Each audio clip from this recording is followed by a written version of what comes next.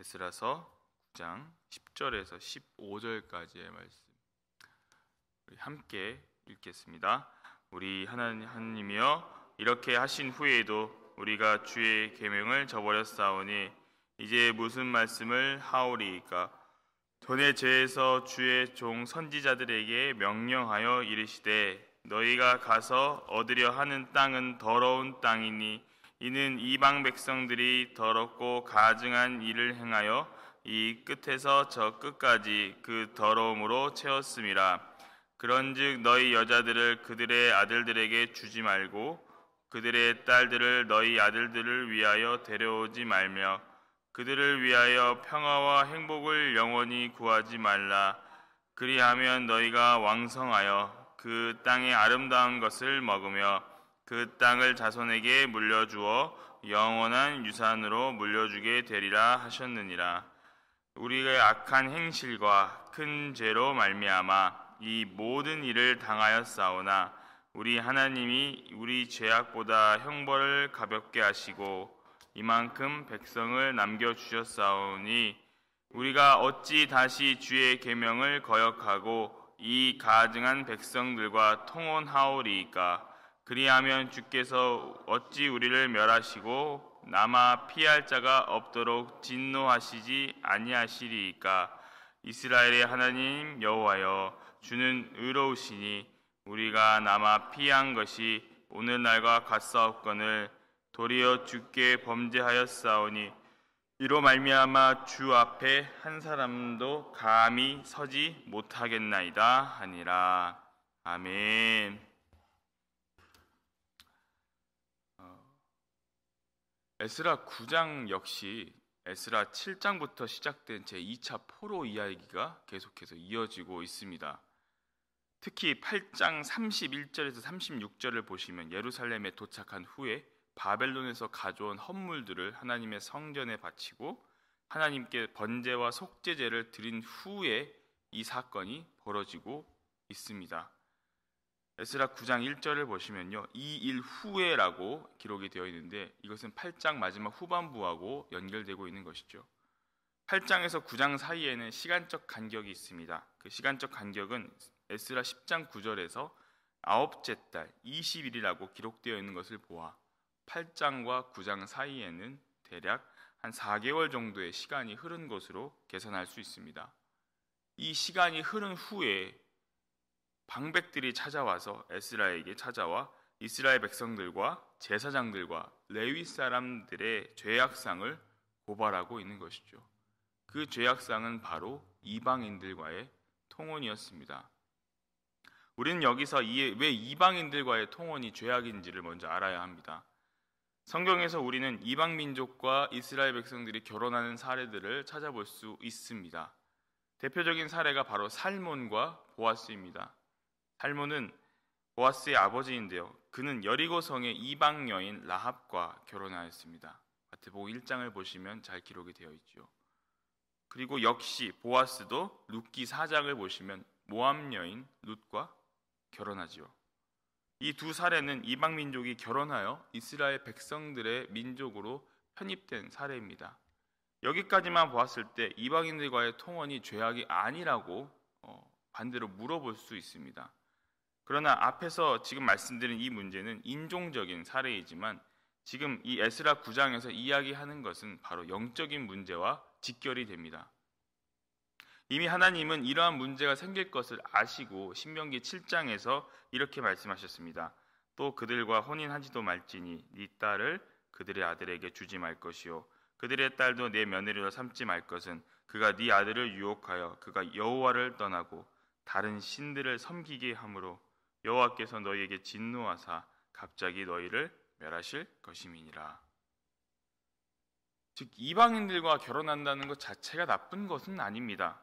라합과 룻처럼 이들이 자신들의 신앙을 고백하고 그 언약 백성의 공동체로 들어와 함께 신앙생활을 한다면 좋겠지만 문제는 이 사례보다 이스라엘 백성들이 하나님을 떠나서 다른 신을 섬기는, 즉 우상 숭배할 가능성이 더 많다라는 것이죠. 이러한 부정적인 사례의 대표적인 사람이 두 사람이 있는데 열왕기상에 나오는 아합과 그리고 솔로몬입니다. 오늘 1절에서 방백들이 이러한 통원에 대해서 가증한 일이라고 언급합니다. 가증한 일이라는 해당하는 이 히브리어 원어는요, 토에바라고 쓰는데 이것은 아주 싫어한다는 것으로 번역할 수 있습니다. 잠언에서 하나님이 미워하시는 것으로 자주 번역되고 있는데요. 본문 1절에서 이 가증한 일은 우상 숭배를 일삼는 이방 족속과 결혼함으로써 하나님의 신앙을 잃어버린 채 살아간다는 것을 지목하고 있습니다. 이것은 하나님이 아주 미워하시는 일이라는 것을 우리는 알 수 있지요. 사실 이 방백이라는 지위를 가지고 있는 사람들은 이 죄악을 막고 개혁해야 할 의무와 그리고 권한을 지닌 사람들입니다. 그런데 이 방백들이 으뜸으로 앞장서서 죄를 행하고 있다는 것을 우리는 성경에서 기록하고 있는 걸 볼 수 있습니다. 그리하여 이 어떤 이 양심적인 방백들이 에스라를 찾아와서 이야기를 한 것으로 우리는 볼 수 있습니다. 그 이야기를 들은 에스라의 심정이 어떠했겠습니까? 3절을 보시면 그 심정이 아주 잘 드러나 있습니다. 에스라 9장 3절에서 에스라는 내가 이 일을 듣고 속옷과 겉옷을 찢고 머리털과 수염을 뜯으며 기가 막혀 앉으니 라고 기록합니다. 에스라는 하나님의 율법을 잘 알고 있었습니다. 그래서 신명기에서 하나님이 말씀하신 그 명령 또한 아주 잘 알고 있었습니다. 게다가 에스라는 남유다 왕국이 멸망하여서 포로 생활을 하게 된 이유도 알고 있었습니다. 그것은 남유다 백성들이 하나님을 떠나 우상 숭배를 하고 이방 나라를 의지했기 때문이죠. 그래서 에스라는 속옷과 겉옷을 찢고 머리털과 수염까지 뜯으면서 탄식하고 있는 것입니다. 지금 에스라가 하고 있는 행동은 너무나 충격을 받아 바로 그 자리에서 취한 행동입니다. 속옷과 겉옷을 찢는 행동은요, 슬픔과 두려움을 표시하기 위한 고대 근동의 보편적인 관습이었습니다. 그런데 더 강하게 나아가는 것이 바로 머리털과 수염을 뜯는 행위입니다. 머리털과 수염을 뜯는 행위는 쉽게 말씀드려서 그 당시에 남자들의 자존심이었던 머리털과 수염을 뜯는 것이었습니다. 즉 에스라는 그 자존심마저 다 버릴 정도로 극심한 충격을 받은 것이죠.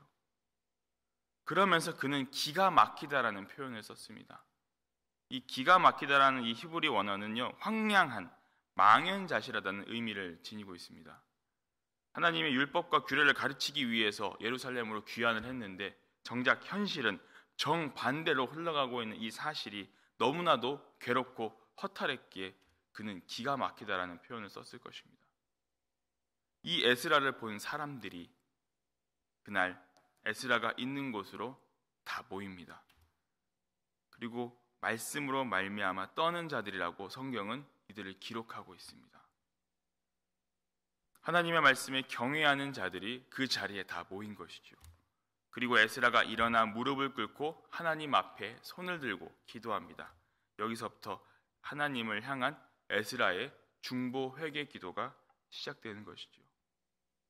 6절에서 에스라는 내가 부끄럽고 낯이 뜨거워서 감히 나의 하나님을 향하여 얼굴을 들지 못하오니 이는 우리 죄악이 많아 정수리에 넘치고 우리 허물이 커서 하늘에 미침이니이다 라고 고백합니다. 7절에서 에스라는 그 옛날 우리 조상들 남왕국 유다 솔로몬에서부터 시드기야 때까지 그 횡행했던 심각한 우상 숭배의 죄를 지어서 처참하게 포로 신세로 바벨론에 끌려갔음에도 지금 그 후손들이 똑같은 죄를 저지르고 있음을 7절에서 계속 한탄하고 있습니다. 여러분 생각해 보십시오. 포로로 잡혀간 남유다 백성들이 약해서 포로로 잡혀갔을까요? 아닙니다. 그것은 하나님의 엄정한 심판이었습니다. 하나님의 심판으로 바벨론으로 끌려간 현실을 겪었음에도 하나님이 긍휼히 여기셔서 유대 민족들을 다시 예루살렘으로 보내주셨습니다. 유대 민족은 하나도 한 것이 없었습니다.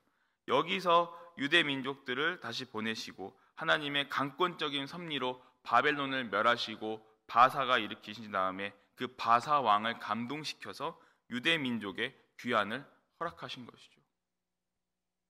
그것을 8절에서 에스라가 이렇게 얘기합니다. 잠시 동안 하나님이 은혜를 베푸셨다.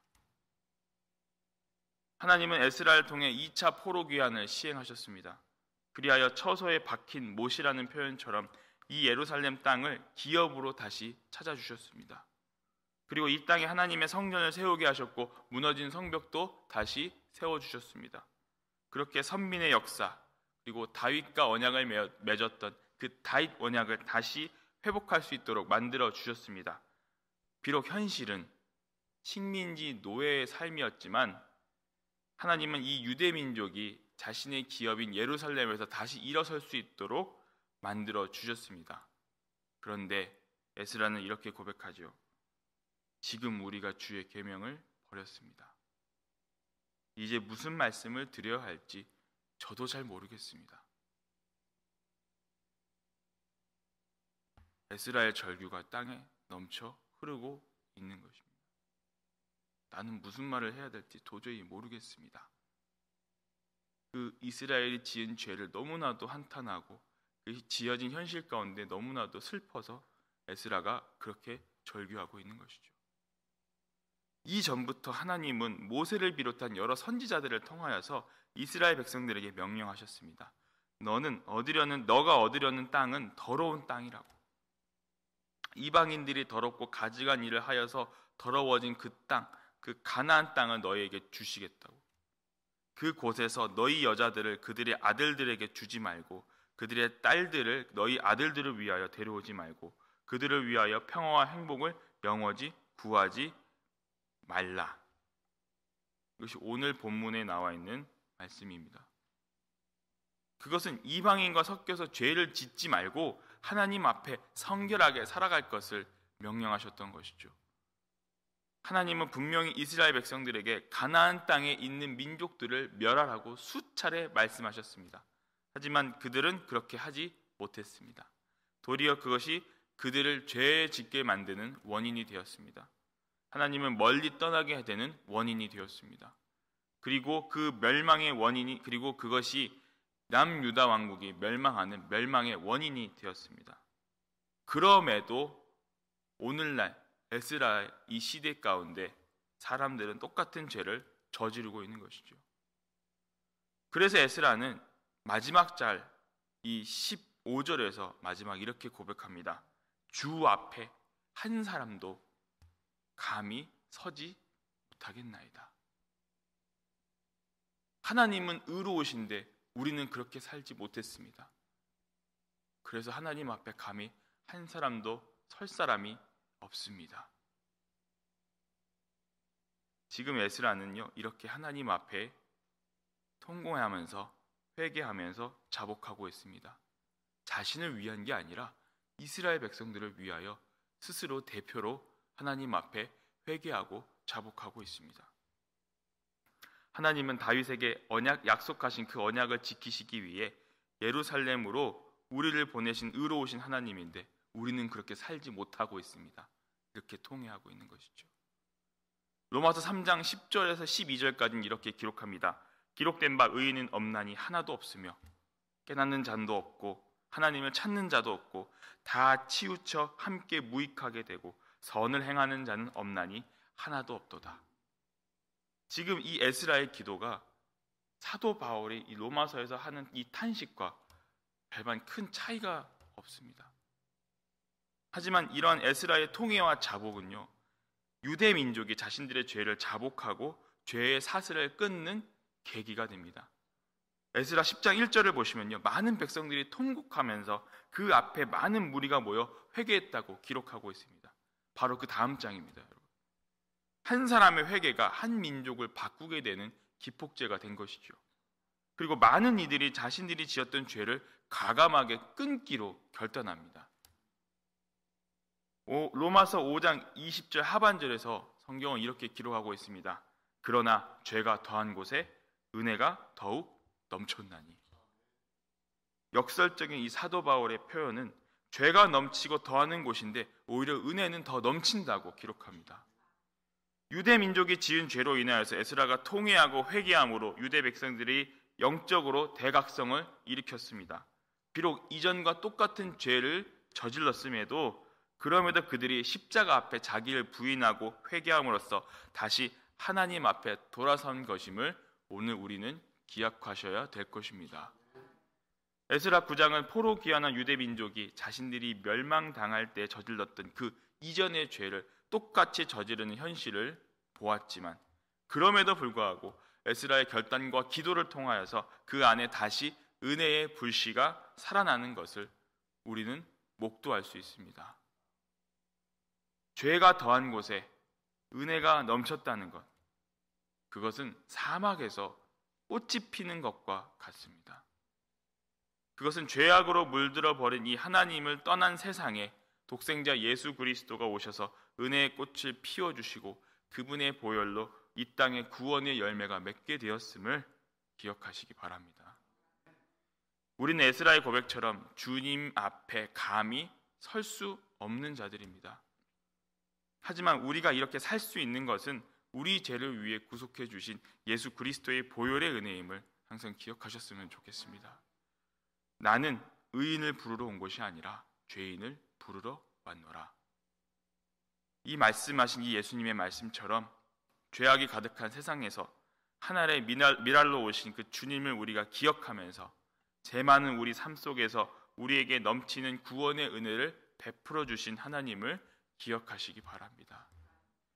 내 바랄 것이 무엇입니까? 오늘 찬송가의 고백처럼 오직 우리 주 예수밖에 없음을 기억하며 죄로 연약한 우리에게 도리어 은혜를 베푸시고 회개할 수 있는 기회와 은혜를 주셨음을 기억하면서 우리가 담대하게 주님과 동행하며 죄의 사슬을 끊어버릴 수 있는 그 결단이 있는 자들이 되시기를 주님의 이름으로 축원합니다. 우리 아버지 하나님, 우리는 죄인입니다. 우리는 연약하여서 우리가 지은 죄를 또다시 반복해서 저지를 때가 있음을 고백합니다. 우리를 불쌍히 여겨 주시옵소서. 하나님 앞에 가증한 일을 저지르는 자들이 되지 않게 하시고 에스라처럼 하나님 앞에 무릎 꿇고 우리의 모든 것을 아뢰고 통회할 때 주님의 대속의 은혜를 더하여 주시옵소서. 나는 의를 찾으러 온 것이 아닌 죄인을 찾으러 왔노라고 말씀하신 예수님의 말씀처럼 죄인된 우리가 주님 앞에 나왔습니다. 주님이 받아주시고 주님의 뜻대로 살아가게 하여 주시옵소서. 주님이 토기장이가 되어 주님이 원하는 삶으로 우리를 빚어주시고 주님의 영광을 위해 살아가는 자들 되게 하여 주시옵소서. 오늘 이 밤에 금요 예배가 있습니다. 주님 앞에 나와 예배드리며 십자가 앞에 내 모든 짐을 내려놓고 우리의 죄를 못 박는 시간이 되게 하여 주시옵소서. 눈물로 주님 앞에 기도하며 무릎 부르짖을 때에 주님께서 기쁨으로 응답하여 주시옵소서. 우리에게 은혜를 베푸신 하나님을 늘 감사하며 살아가는 우리 성도님들 되게 하여 주시옵소서. 오늘 이 아침에 나와 하나님 앞에 기도드리는 모든 성도님들을 주님께서 기억하여 주시고 주님의 그 십자가의 은혜를 오늘 하루도 경험하게 하여 주시옵소서. 감사를 드리오며 우리를 구속해 주신 예수 그리스도의 이름으로 감사하며 기도하옵나이다. 아멘.